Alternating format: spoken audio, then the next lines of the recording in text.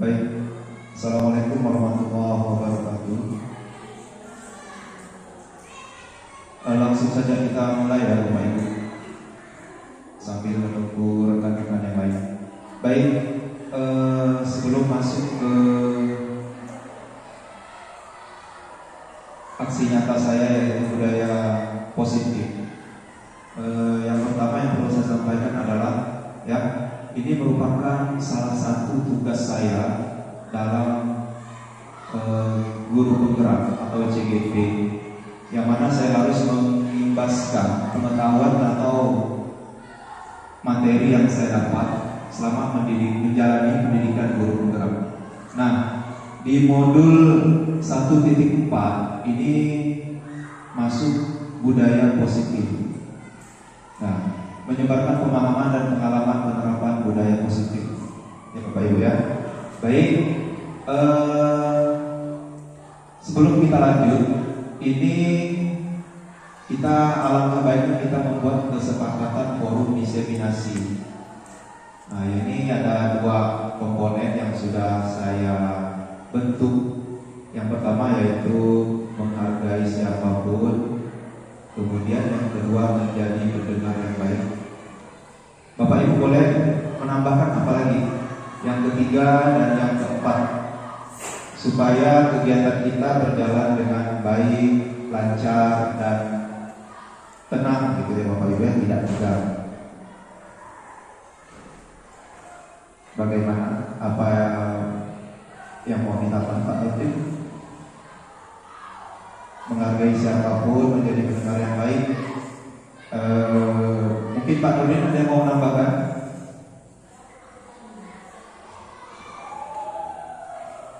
Izin ya, boleh ya Bapak Ibu ya. Izin saat meninggalkan ruangan ya. Saat setuju tadi? Boleh ya. Izin saat meninggalkan ruangan. Meninggalkan ruangan. Nah, saya rasa cukup ya kesepakatan forum diseminasi kita kali ini. Baik, saya lanjut ke budaya positif. Ini adalah konsep utama atau konsep inti daripada model budaya positif. Yang pertama yaitu menciptakan perubahan paradigma belajar. Paradigma belajar di sini yaitu proses pembelajaran terbaru yang sesuai dan yang relevan dengan tuntutan zaman, yang sesuai dengan pemikiran atau filosofi pendidikan Ki Hajar Dewantara. Nah, kemudian yang kedua yaitu disiplin positif.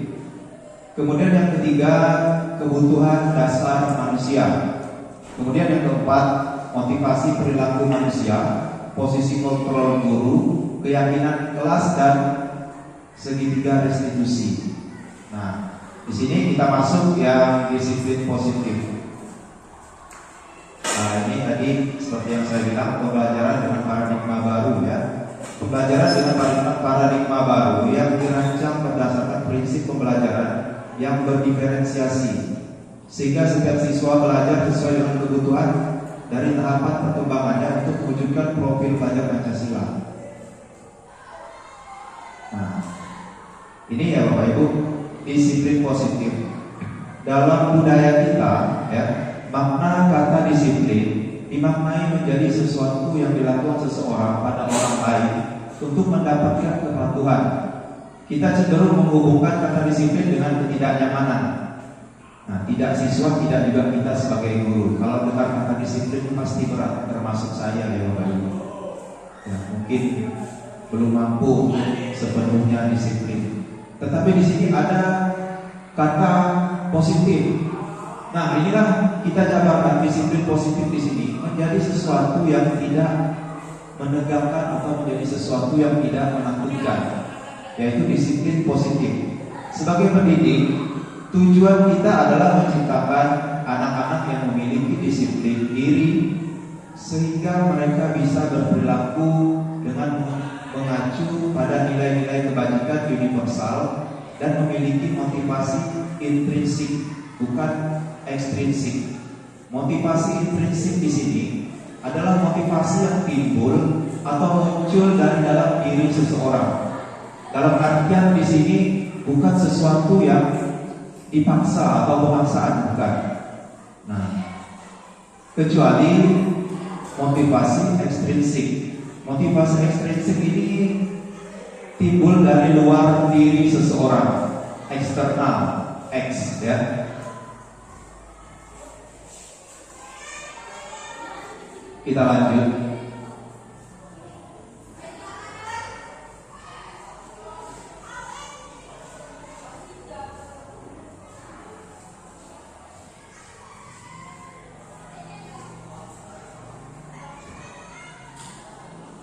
Nah, konsep disiplin dengan identitas gagal di sini ya, Bapak Ibu.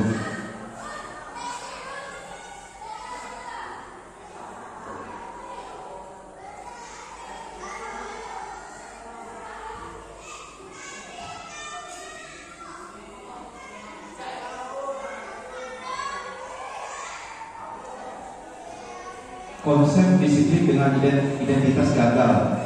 Nah, di sini ada yang hukuman, penghargaan, kemudian ada lagi yaitu konsep disiplin dengan identitas sukses, yaitu konsekuensi dan restitusi. Kita masuk ke konsep disiplin dengan identitas gagal, yaitu hukuman. Nah, ini sering kita lakukan kepada siswa. Yang namanya hukuman ini tentu menyakitkan ya Bapak Ibu.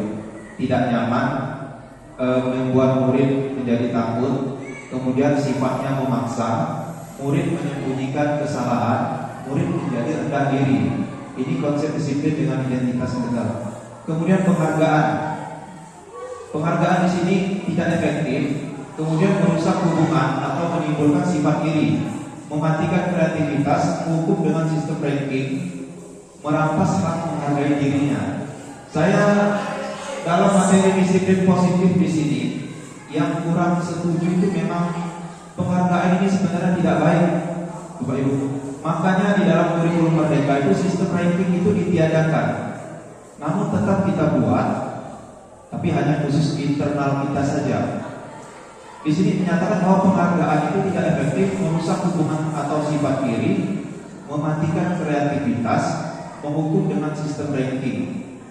Nah, dalam artian di sini konsepnya adalah ini bisa mematikan karakter siswa dengan ranking yang paling bawah atau menengah ke bawah. Jadi muncul sifat iri atau merasa dia yang paling gagal di dalam kelas tersebut. Nah, ini juga di luar dari prediksi saya. Padahal kalau kita pikir ranking di sini bisa memotivasi siswa, itu seharusnya ya. Nah, kemudian konsep disiplin dengan identitas sukses. Nah, konsekuensinya itu penguatan, yaitu penguatan jangka pendek. Ini konsekuensi. Perlu monitoring berkelanjutan. Stimulus respon, murid menghormati peraturan, kehilangan waktu untuk merenungi kesalahan. Ini konsekuensi. Kemudian restitusi. Murid bertanggung jawab untuk perilakunya, fokus pada pemecahan masalah jangka panjang. Murid menghormati dirinya dan orang lain. Teori kontrol dirinya, memegang kontrol. Murid bersemangat memperbaiki kesalahan. Nah, tadi ya yang sudah saya sebutkan di situ adalah konsep disiplin dengan identitas sukses. Kemudian selanjutnya yaitu, nah, di antara kelima konsep disiplin tadi itu guru kita sebagai pendidik dianjurkan untuk menggunakan restitusi, yaitu sebuah cara menanamkan disiplin positif pada murid. Pengertian restitusi di sini adalah proses menciptakan kondisi bagi murid untuk memperbaiki kesalahan mereka sehingga mereka bisa kembali pada kelompok mereka dengan karakter yang lebih kuat. Dosen tahun 2024. Ciri-ciri restitusi di sini adalah bukan untuk menebus kesalahan, namun untuk belajar dari kesalahan, memperbaiki hubungan, tawaran atau bukan paksaan. Restitusi menuntut untuk melihat ke dalam diri. Restitusi mencari kebutuhan dasar yang mendasari tindakan. restitusi diri adalah cara yang paling baik. Restitusi fokus pada karakter, bukan tindakan. Kemudian restitusi fokus pada solusi, mengembalikan murid yang berbuat salah pada kelompoknya. Nah, itu konsep disiplin dalam pendekatan restitusi. Nah, ini perbedaannya tadi Bapak Ibu ya. Mengapa kita harus menerapkan restitusi dalam menangani kasus? Guru menghukum siswa tersebut hormat bendera selama 10 menit. Guru marah dan murid menjadi takut. Itu hukuman. Konsekuensi di sini adalah guru memberikan konsekuensi untuk mengerjakan PR-nya saat istirahat atau dikerjakan sebanyak 3 kali lipat. Nah, kemudian kalau restitusi di sini, guru menanyakan keyakinan kelas. Nah, Bapak Ibu, wali kelas pasti sudah membuat keyakinan kelas atau kesepakatan kelas ya, dan membantu siswa menyelesaikan masalahnya. Guru terbuka dan siswa menghormati dirinya dan orang lain. Nah, inilah pendekatan restitusi tadi. Nah, ini 5 posisi kontrol guru ya Bapak Ibu. Penghukum, pemantau, pembuat merasa bersalah, kemudian teman dan juga manajer.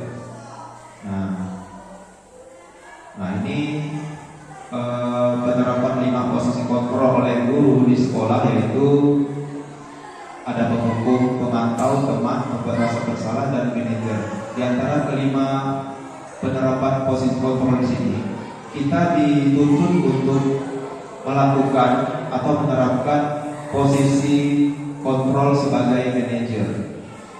Nah, nanti akan kita bahas lebih lanjut ya Bapak Ibu.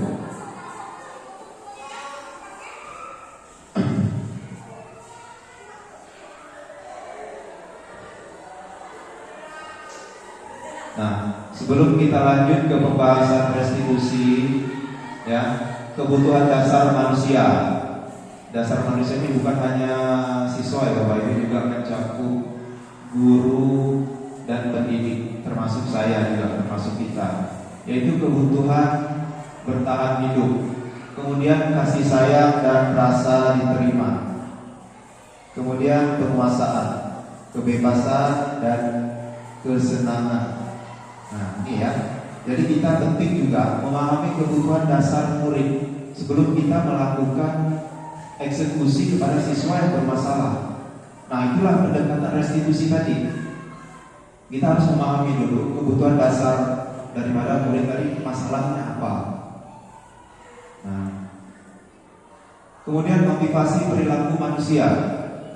Nah, merupakan dorongan yang timbul pada diri seseorang secara sadar atau tidak sadar untuk melakukan suatu tindakan dengan tujuan tertentu.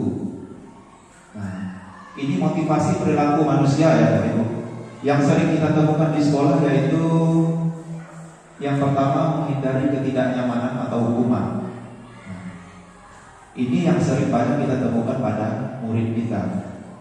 Dia patuh terhadap peraturan, yaitu demi menghindari hukuman. Kemudian mendapat imbalan atau penghargaan dari orang lain.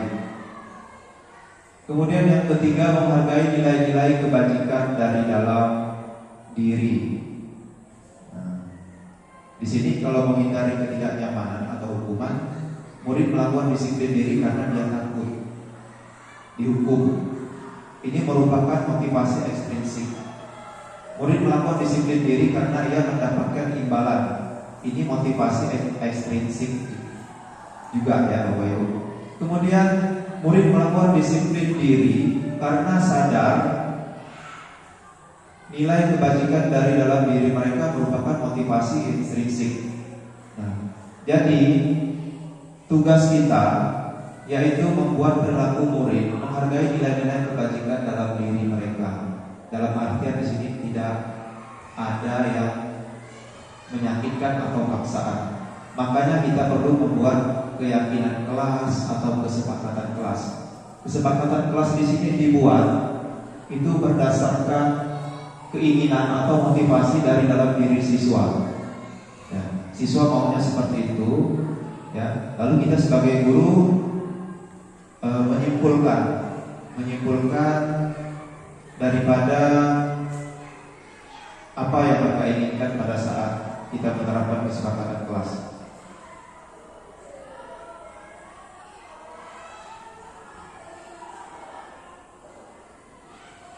Kita lanjut ya Bapak Ibu.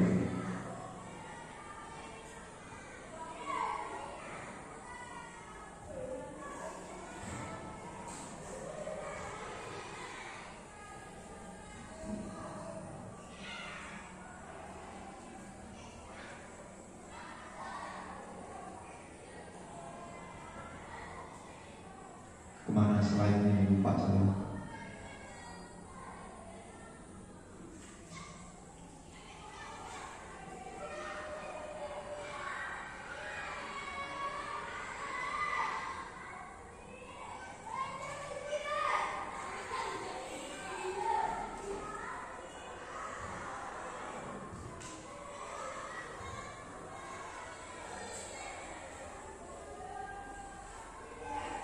Ntar ya, saya nyari slide-nya dulu.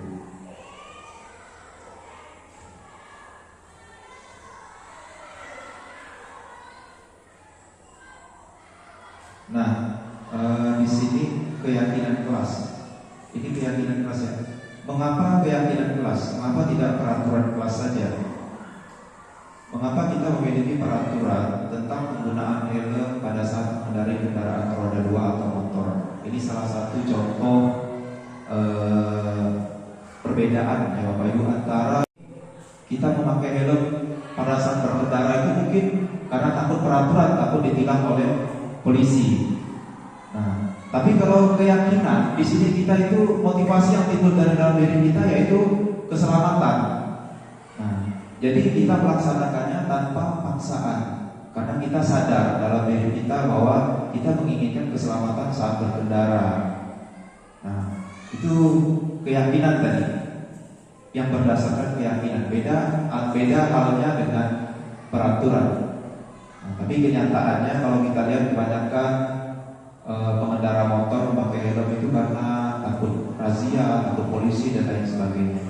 Mengapa kita memiliki peraturan tentang penggunaan masker dan mencuci tangan setiap saat? Nah, pada pandemi COVID-19 kemarin, ya, kebanyakan orang menggunakan masker itu karena takut hukuman atau takut sanksi, karena juga ada razia. Tetapi padahal kalau berdasarkan motivasi intrinsik yang ada dalam diri kita yaitu kita menggunakan masker itu karena kesehatan, ya, patuh pada protokol kesehatan. Nah, seperti itulah keyakinan kelas tadi ya Bapak Ibu. Bedanya keyakinan kelas dengan peraturan kelas.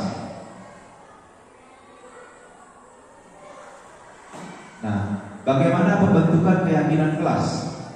Nah, yang pertama di sini ini bedanya dengan peraturan kelas. Kalau keyakinan kelas ini lebih abstrak dari peraturan. Kemudian berupa pernyataan yang universal, dibuat dalam bentuk kalimat positif. Sedikit saja agar mudah diingat, sesuai dengan kondisi kelas dan sekolah agar mudah diterapkan. Semua warga kelas atau sekolah dilibatkan. Kemarin saya sudah mencoba menerapkan ini, membuat keyakinan kelas. Mana tadi ada saya? Nah, di kelas 7A kemarin saya sudah mulai itu membuat keyakinan kelas ya Bapak Ibu. Tapi sudah ada kesepakatan kelasnya ya Bu Widya ya. Ya, saya hanya mengajarkan mereka cara membuat keyakinan kelas saja. Ini saya sudah coba menerapkan. Kemudian ini antusias dari siswa. Nah, kemudian juga ini keyakinan kelas yang sudah mereka sepakati, namun ini hanya sebagai sampel saja. Ini hanya sebagai sampel karena di kelas 7A sudah ada kesepakatan kelas yang mereka buat. Nah, di sini keyakinan kelas, tahap awal membuat keyakinan kelas yaitu kita menanyakan kepada siswa kondisi belajar yang seperti apa yang mereka inginkan. Nah, misalnya mereka ingin eh, masuk kelas tepat waktu. Nah, itu juga sudah merupakan salah satu keyakinan kelas. Kemudian apa lagi? Tidak membuang sampah sembarangan. Nah, di sini tidak membuang sampah sembarangan ini sebenarnya kalimat negatif ya Bapak Ibu. Dalam membuat keyakinan kelas itu tidak boleh ada kalimat negatif, harus kalimat positif. Misalnya tadi yang saya bilang tidak membuang sampah sembarangan. Berarti kita tampung dulu pernyataan siswa itu, kita tampung, nanti baru kita ubah dalam kalimat positif. Tidak membuang sampah sembarangan berarti menjaga kebersihan. Izin dengan guru saat meninggalkan kelas berarti menghargai sesama. Nah, itu sifatnya universal kalau keyakinan kelas di sini. Nah, kemudian mengangkat tangan saat berbicara. Nah, itu juga salah satu contoh keyakinan kelas. Itu sudah saya terapkan kemarin. Ini juga berdasarkan apa yang mereka inginkan ya. Ini sebenarnya untuk wali kelas itu lebih bagus nih. Ya, kesepakatan. Karena kalau keyakinan di sini Bapak Ibu itu sifatnya tidak memaksa. Itulah makanya konsep sekarang Merdeka Belajar. Jadi merdeka itu siswa itu tidak melakukan sesuatu, belajar tidak berdasarkan paksaan. Bahkan mereka masuk kelas saja berdasarkan kesepakatan kelas yang sudah kita buat. Andainya mereka kita sudah menjelaskan atau tiba-tiba mereka nyelonong masuk tidak izin atau tidak lapor, itu sudah melanggar keyakinan kelas yang kita buat bersama. Nah, ini sudah saya foto ya. Ini wali kelasnya Bu Widya, kesepakatan kelas yang sudah mereka buat dan mereka sepakati. Datang kelas tepat waktu. Ya, semua warga kelas dijaga kebersihan kelas. Tidak ada kalimat negatif di sini. Tidak boleh menggunakan handphone. Tidak boleh makan saat belajar. Tidak ada. Tidak boleh makan saat belajar itu artinya menghargai sesama. Nah, seperti itu. Nah, datang kelas tepat waktu. Kemudian semua warga kelas menjaga kebersihan. Kalau kalimat negatifnya tadi di sini adalah semua warga kelas menjaga kebersihan, ini kalimat positif ya. Tidak membuang sampah sembarangan, itu kalimat negatifnya. Wajib memakai seragam sesuai ketentuan sekolah. Mengikuti semua kegiatan kelas dengan antusias. Budayakan saling sapa, salam, senyum, sopan dan santun atau 5S. Nah, gunakan gadget atau HP sesuai instruksi guru. Nah, ini sudah bagus. Ini juga termasuk kesepakatan atau keyakinan kelas.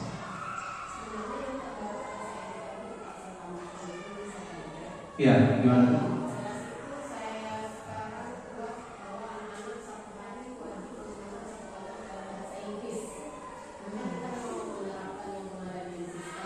Iya.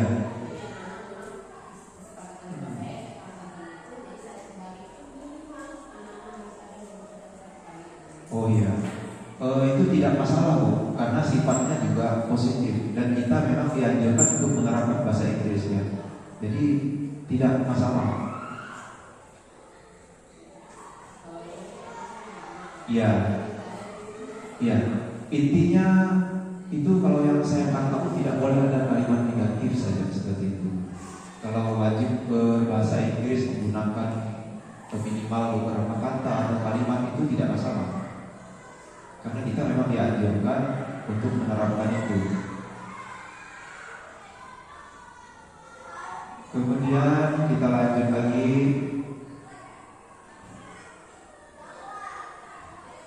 Nah, tadi keyakinan kelas ya Bapak Ibu ya.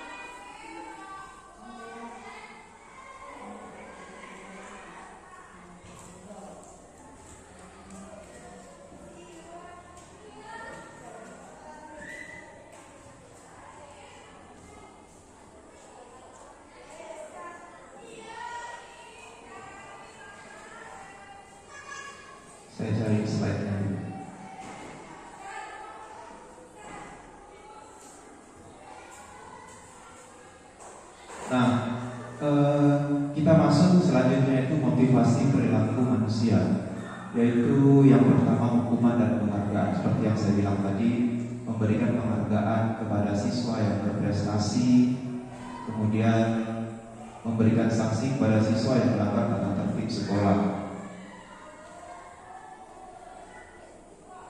Restitusi. Nah, dalam menangani kasus siswa, apapun kasusnya itu kita dianjurkan untuk menerapkan restitusi, Bapak Ibu. Adalah proses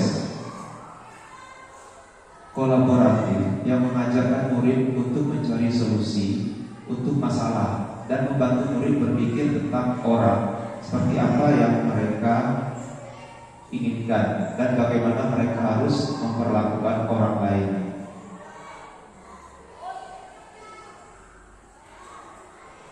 Kita lanjut ke slide selanjutnya.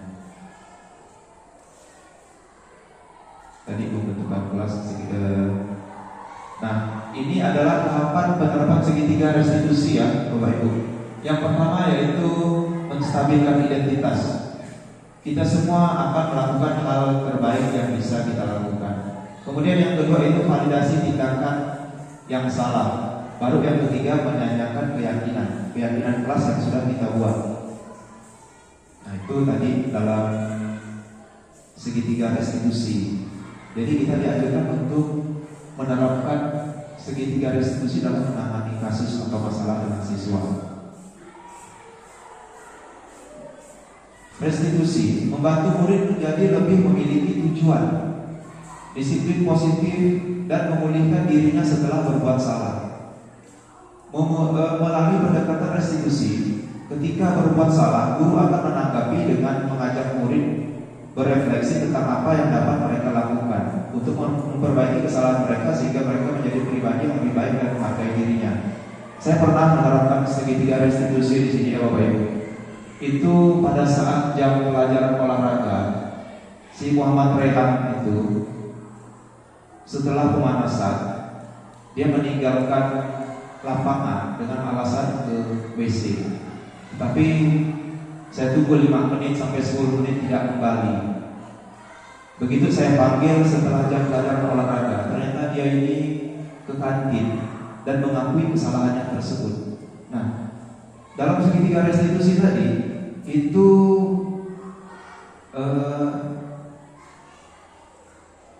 yang pertama ya, menstabilkan identitas. Si Rehan tersebut, dia ternyata alasan ke kantin yaitu karena dia lapar, karena belum sarapan. Nah, terus penerapan yang saya lakukan adalah yang pertama menstabilkan identitasnya, bahwa lapar itu semua orang juga pasti merasakan lapar, karena sebagai manusia itu hal yang wajar atau lumrah. Tetapi bagaimana kita mengkondisikan supaya kita tidak lapar pada saat jam pelajaran? Ya, saya menyarankan dia untuk sarapan sebelum pergi ke sekolah. Nah, seperti itu. Kemudian validasi tindakan yang salah. Validasi tindakan yang salah di sini kita membuat siswa supaya sadar akan kesalahan yang dilakukan oleh siswa tadi, supaya tidak terulang kembali gitu. Karena dia sudah menyadari tindakan yang salah, namun jangan sampai mengulangi kembali. Kemudian yang ketiga yaitu menanyakan keyakinan. Kita semua memiliki motivasi internal. Nah, motivasi internal di sini yaitu menanyakan keyakinan yang sudah dibuat bersama atau kesepakatan kelas yang kita buat bersama. Dalam hal ini Rehan berarti tidak menghargai guru. Nah, seperti itu, tidak menghargai sesama, karena dia sudah meninggalkan kelas tanpa izin. Nah, seperti itu. Cuman kalau dalam restitusi di sini Bapak Ibu ya, itu pernah saya tanyakan, kalau menghadapi siswa yang melanggar berulang kali, itu yang sulit. Seperti halnya di sini siswa kita si Irfan. Kalau kita terapkan restitusi, mungkin akan mengulangi kembali. Nah, itu yang sulitnya. Tapi kita memang harus menerapkan Kita itu tidak boleh sampai mematikan karakter anak seperti itu. Kita tahu dia terlambat langsung pak kita hukum seperti itu, ternyata itu salah sebenarnya Bapak Ibu. Kita di sini dituntut untuk menerapkan segitiga restitusi supaya kita tahu permasalahan siswa, apa alasan mereka datang terlambat, sehingga kita menemukan solusi bagaimana mereka supaya tidak terlambat lagi. Nah, kemudian kita buat mereka menyadari tindakan yang salah atau fondasi tindakan yang salah. Contohnya kita di sekolah juga punya peraturan atau punya keyakinan yang sudah dibuat. Dalam artian siapa yang melanggar pasti dihukum. Nah, kalau sudah kita terapkan restitusi, hari berikutnya siswa tersebut masih melanggar, berarti kita boleh menghukum siswa tersebut. Kemudian yang ketiga yaitu menanyakan keyakinan. Nah, keyakinan yang sudah kita sepakati dan yang sudah kita buat bersama di situ ya. Nah, kemudian kita lanjut.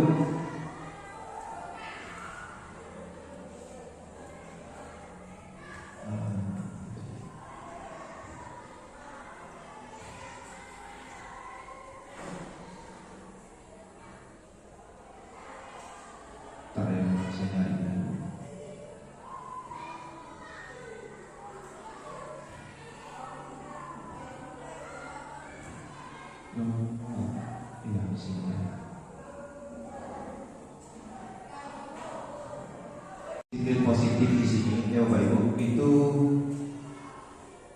keyakinan kelas, kebutuhan dasar, posisi kontrol dan segitiga restitusi. Itu saja konsep inti daripada disiplin positif. Kalau kita melaksanakan keyakinan kelas ini dengan maksimal, saya rasa motivasi intrinsik dari dalam siswa atau dari dalam diri murid itu akan muncul. Kemudian sebelum kita memberikan atau memvonis siswa dalam menangani kasusnya, kita juga perlu tahu kebutuhan dasar manusia. Nah, seperti yang saya bilang tadi, kebutuhan dasar manusia yaitu yang pertama kebebasan, pengakuan, kemudian juga ingin dihargai. Nah, itu adalah kebutuhan dasar daripada murid.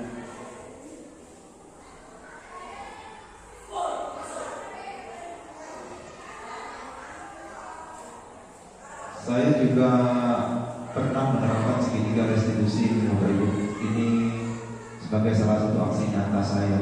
Saya akan cari dulu video.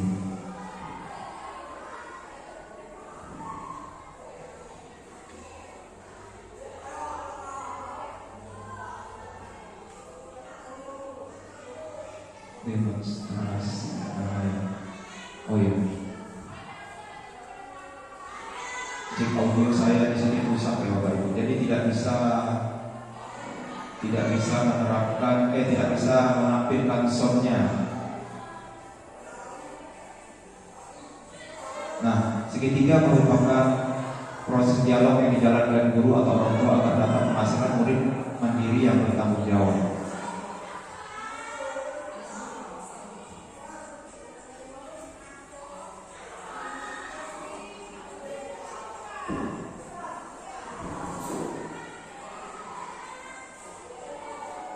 Nah, ini adalah penerapan segitiga restitusi yang pernah saya jalankan terhadap siswa yang melanggar pada saat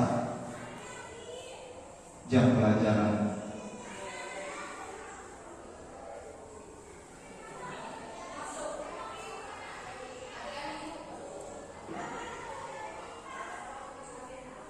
Di sini saya mengambil sampel 2 siswa.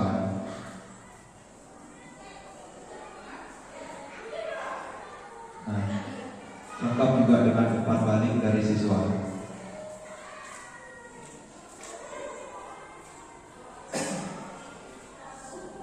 Baik Bapak Ibu, sampai di sini mungkin ada yang ingin ditanyakan, saya persilahkan. Tidak apa-apa ya Bapak Ibu, seputar dengan budaya positif saja. Bagaimana Pak Nurdin, Bu Widya, Bu Ida, Bu Abdia, Bu Sri?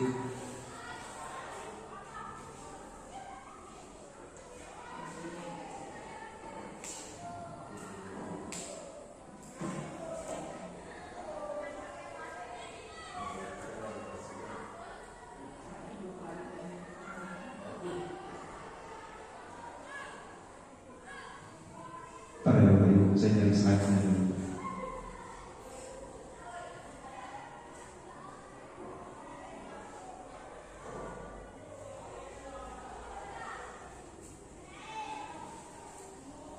Berarti tadi konsep intinya yaitu keyakinan kelas dengan segitiga restitusi, Ibu ya, untuk budaya positif di sini.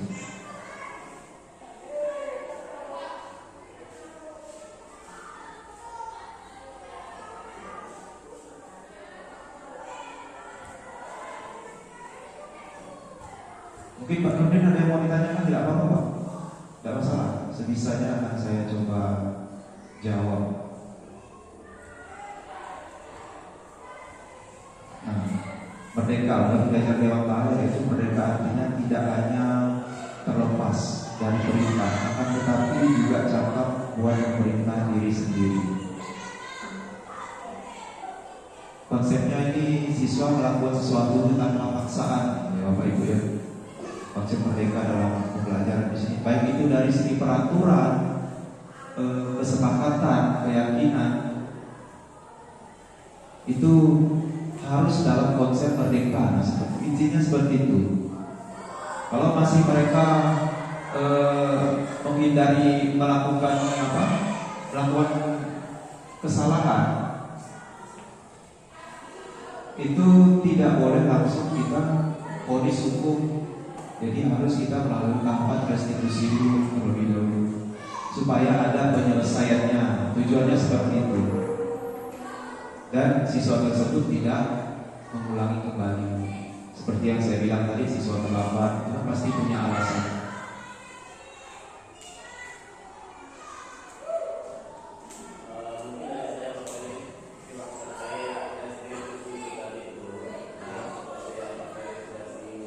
Iya. Bagaimana menangani siswa yang ketika kita sudah laksanakan misalnya semacam diskusi tadi itu, dia selalu melakukan perbuatannya, pelanggarannya berulang-ulang gitu ya. Jadi untuk ketegasan dari pihak kita itu meyakinkan dia itu endingnya itu bagaimana? Terima kasih Pak Nurdin. Pertanyaan yang sangat bagus, sangat tepat sekali. Saya tunggu pertanyaan itu memang. Baik, maksud Pak Nurdin di sini adalah jika kita sudah menerapkan restitusi, tahapan-tahapan restitusi kepada siswa, tapi masih siswa tersebut melakukan pelanggaran berulang kali ya Pak. Ya. Kita ambil contoh di sini, tidak usah jauh-jauh siswa kita si Erik atau si Irfan. Gimana Pak Nurdin? Kalau kita sudah menerapkan hal tersebut Pak Nurdin, namun masih melanggar, ini sudah lari ke peraturan sekolah.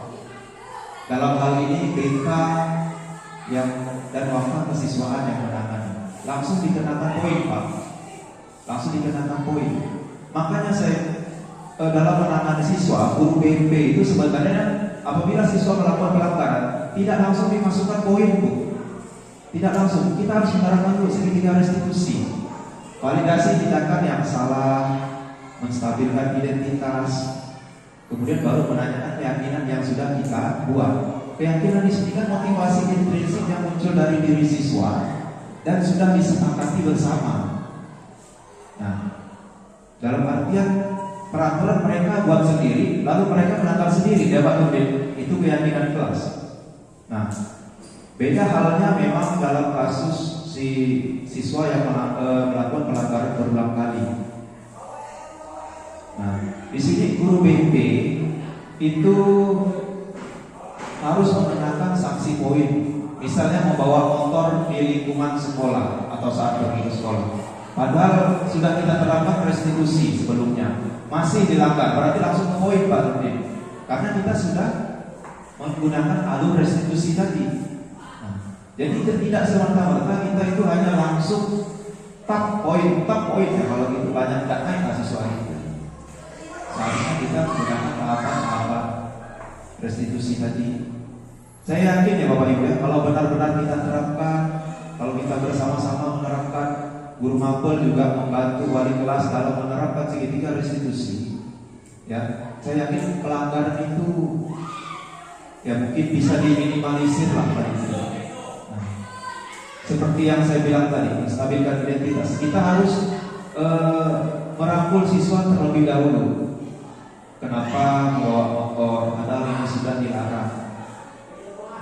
Kamu sadar kan kalau bawa motor untuk usia anak seusia kamu itu masih belum diperbolehkan. Seandainya terjadi apa-apa di jalan, nanti bisa dipidana. Bahkan orang tua kamu juga bisa kena dipidana. Nah, setelah kita tahu permasalahannya, oh ternyata Pak, saya tidak ada yang mengantar Pak. Orang tua saya kerja, mak saya juga kerja, jadi saya pergi sekolah sendiri. Nah, kita harus menemukan solusinya dulu Pak. Kita harus menemukan solusi dari permasalahan mereka, sehingga mereka punya solusi untuk masalah itu. Nah, baru kita validasi tindakan yang salah. Setelah mereka tahu kesalahan mereka, baru kita simpulkan bahwa kesalahan ini jangan diulangi lagi. Apabila diulangi, maka akan dikenakan sanksi atau poin dalam pelanggaran kasus di sekolah. Nah, baru yang terakhir kita menanyakan keyakinan. Kamu masih ingat keyakinan kelas yang sudah kita sepakati? Nah, seperti itu bahasanya, ya, menghargai sesama, mentaati keyakinan kelas dan lain sebagainya. Menanyakan keyakinan atau kesepakatan yang sudah dibuat. Ya memang Bapak Ibu, kalau saya lihat memang tidak semua konsep yang bisa kita terapkan dengan restitusi ini bisa menangani masalah siswa. Tapi saya rasa bisa meminimalisir pelanggaran atau masalah dari siswa. Nah, ini restitusi tadi, pemecahan masalah sebenarnya itu. Nah, jadi kita memberi jalan kepada siswa bagaimana dia tidak melakukan pelanggaran lagi. Bagaimana Pak Nurdin? Sudah jelas Pak. Baik, terima kasih Pak. Mungkin ada lagi yang mau ditanyakan Bapak Ibu. Ayo Bu, langsung ya.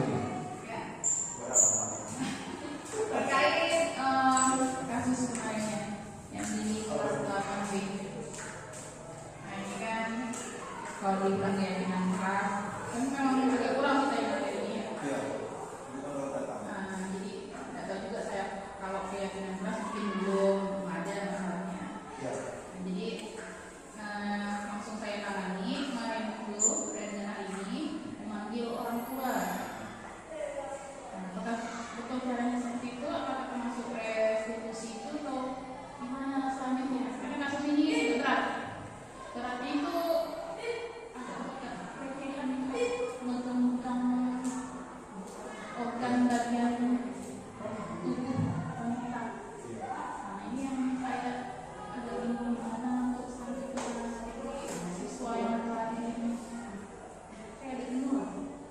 Nanti saya dipanggil ke orang lain. Tolong nanti sama Baik, terima kasih ya Bu Evi. Pertanyaan juga sangat bagus sekali, sehingga saya bingung mau jawabnya. Baik, saya simpulkan pertanyaan dari Bu Evi di sini. Ada kasus pelecehan terhadap salah satu siswa dan Bu Evi langsung memanggil orang tua gitu ya Bu ya. Langsung memanggil orang tua bahwa ini merupakan suatu pelecehan, kasus berat ya Pak Nurdin, kasus berat. Nah, kalau dalam segitiga restitusi, memanggil orang tua itu juga termasuk salah satu dari validasi tindakan yang salah Bu. Karena pelecehan sudah jelas salah, tidak ada yang bisa dibenarkan lagi ya Pak ya. Jadi tidak mungkin kita hanya empat mata dengan siswa ya Bu Evi. Jadi yang Ibu lakukan itu sudah benar. Menstabilkan identitas, kita memanggil siswa yang dilecehkan dengan siswa yang melecehkan. Nah, itu kita sudah masuk kepada menstabilkan identitasnya dulu. kita membuat siswa ini mengakui kesalahan mereka terlebih dahulu.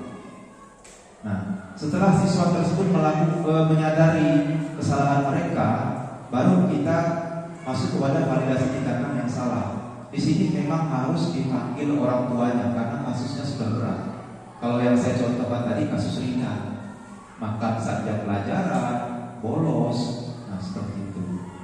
Nah, kemudian baru ke dalam restitusi tersebut, itu validasi tindakan yang salah. Kemudian menanyakan keyakinan. Kita semua memiliki motivasi internal. Nah, untuk kasus yang pelecehan tersebut di sini itu bisa langsung dikenakan sanksi poin ke Pak Nurdin tanpa alasan lagi dari guru, itu sudah tidak wajar lagi. Sekarang bisa kita tanya siswanya, alasannya melakukan pelecehan apa? Boleh langsung dikenakan sanksi poin. Itu sudah sebenarnya itu sudah kenakalan yang berat. Itu langsung ranahnya ke guru BP dan kesiswaan, Pak. Itu langsung dikenakan poin. Kriminal, ya kan? Nah, seperti itu. Tindakan Bu Epi juga sudah benar melakukan pemanggilan kepada orang tua karena kasus berat ya Bu Epi ya. Nah, setelah kita pemanggilan orang tua dan juga disitu diketahui oleh kepala sekolah, guru BP, barulah kita masukkan ke dalam poin. Orang tua sudah tahu anaknya kena poin, sudah masuk berapa? Disebut 50 poin lagi sampai 100 bisa dikeluarkan atau pindah, ya Pak Nurdin. Nah, bagaimana Bu Epi? Yes.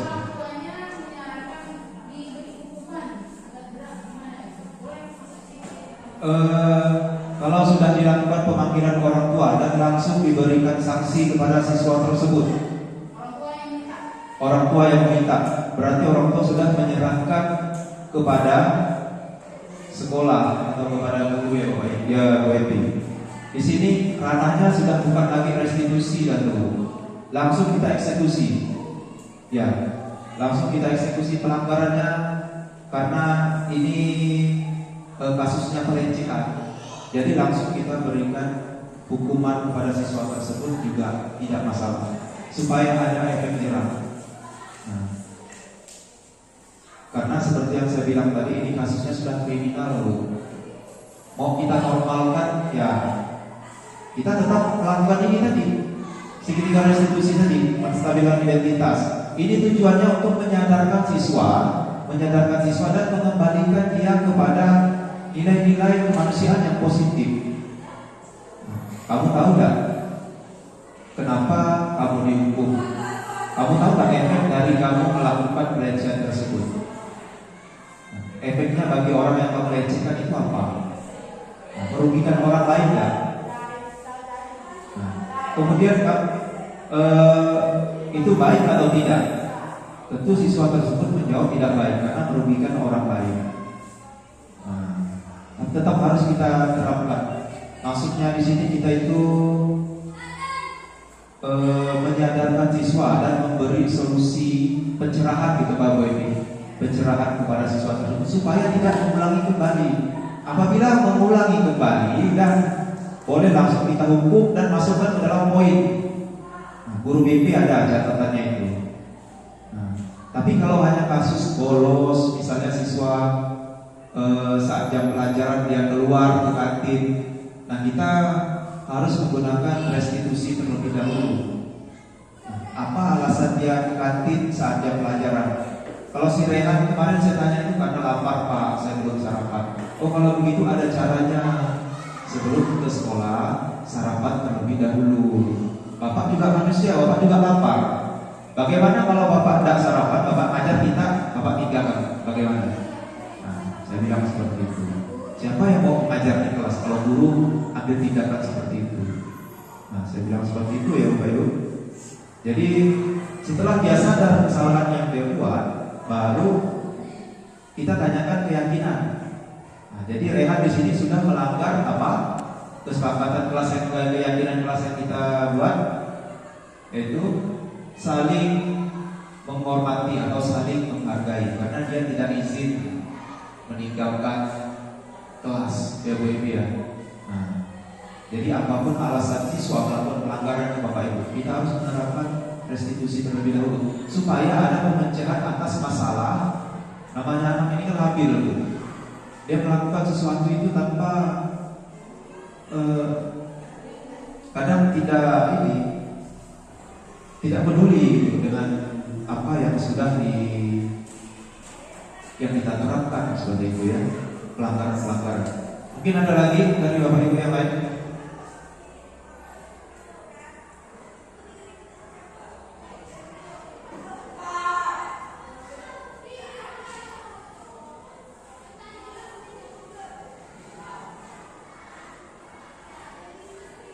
Seputar budaya positif, mungkin ada yang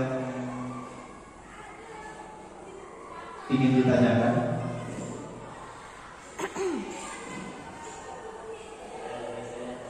Nah, kembali ke Pak Nurdin.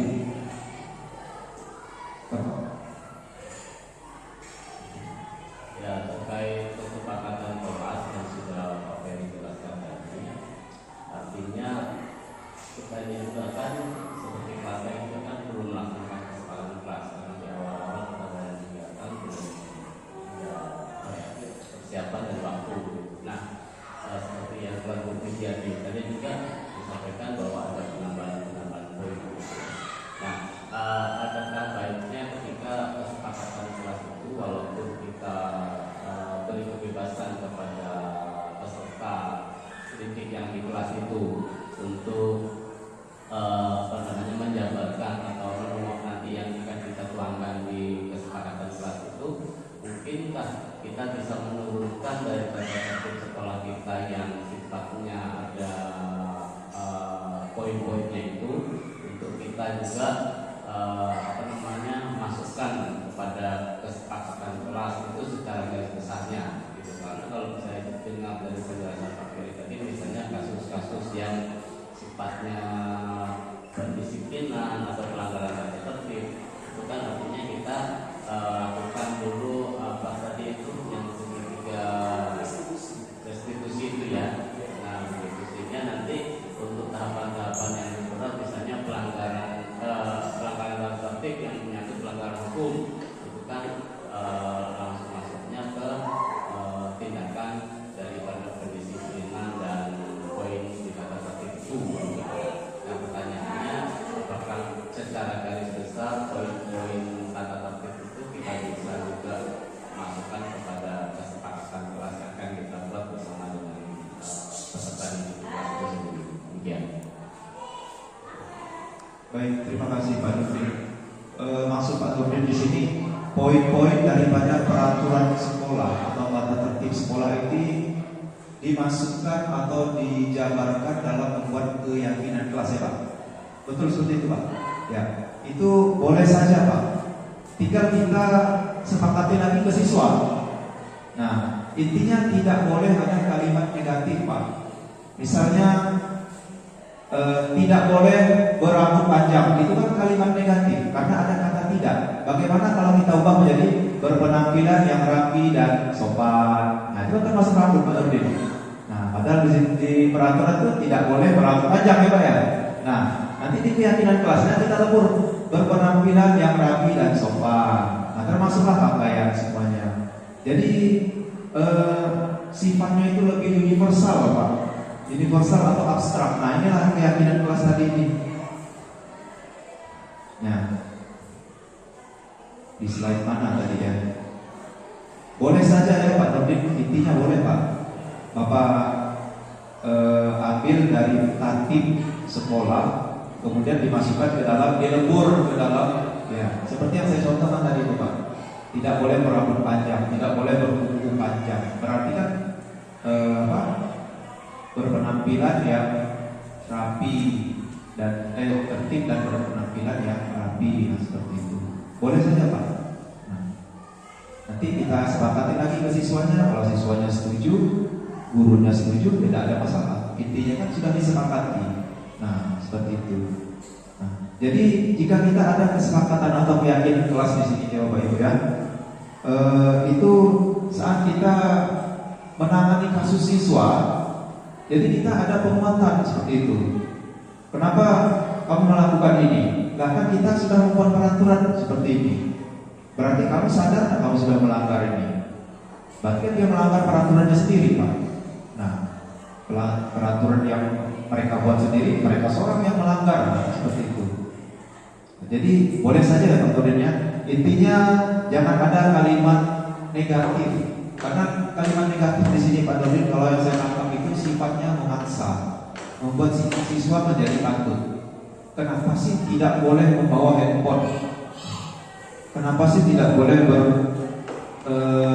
berambut panjang? Kenapa? Ada tanda tanya lagi di situ. Tapi kalau kita jadikan kalimat positif, berpenampilan rapi dan sopan, nah, berarti dia langsung diterima oleh diri dia seperti itu. Nah, bagaimana Pak Nurdin? Jelas Pak? Oke, terima kasih Pak Nurdin. Mungkin ada tambahan dari guru yang lain?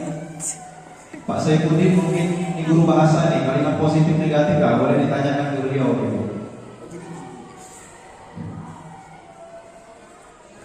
Ada lagi Bapak Ibu? Jika tidak ada, saya tutup ya Bapak Ibu. Baik, karena tidak ada lagi yang bertanya, saya ucapkan terima kasih kepada Bapak Ibu yang sudah berpartisipasi dalam kegiatan diseminasi budaya positif di sekolah. Jadi kesimpulannya, apabila kita menerapkan keyakinan kelas, kemudian juga menggunakan metode segitiga restitusi, di sini budaya sekolah yang baik saya rasa itu bisa terwujud walaupun tidak 100%. Paling tidak kita bisa meminimalisir kasus kemungkinan terjadinya kasus-kasus atau pelanggaran di dalam sekolah, karena kita sudah memberikan siswa solusi atas permasalahannya. Siswa melanggar ini pasti ada sebabnya, Bapak Ibu. Dia terlambat, dia makan ke kantin saat jam pelajaran, pasti ada sebabnya. Intinya kita mau memberikan, sebelum kita memberikan sanksi, kita harus memberikan solusi terlebih dahulu. Nah, itu saja kesimpulan yang bisa saya tarik. Baik, terima kasih Bapak Ibu atas partisipasinya pada siang hari ini. Mohon maaf jika terdapat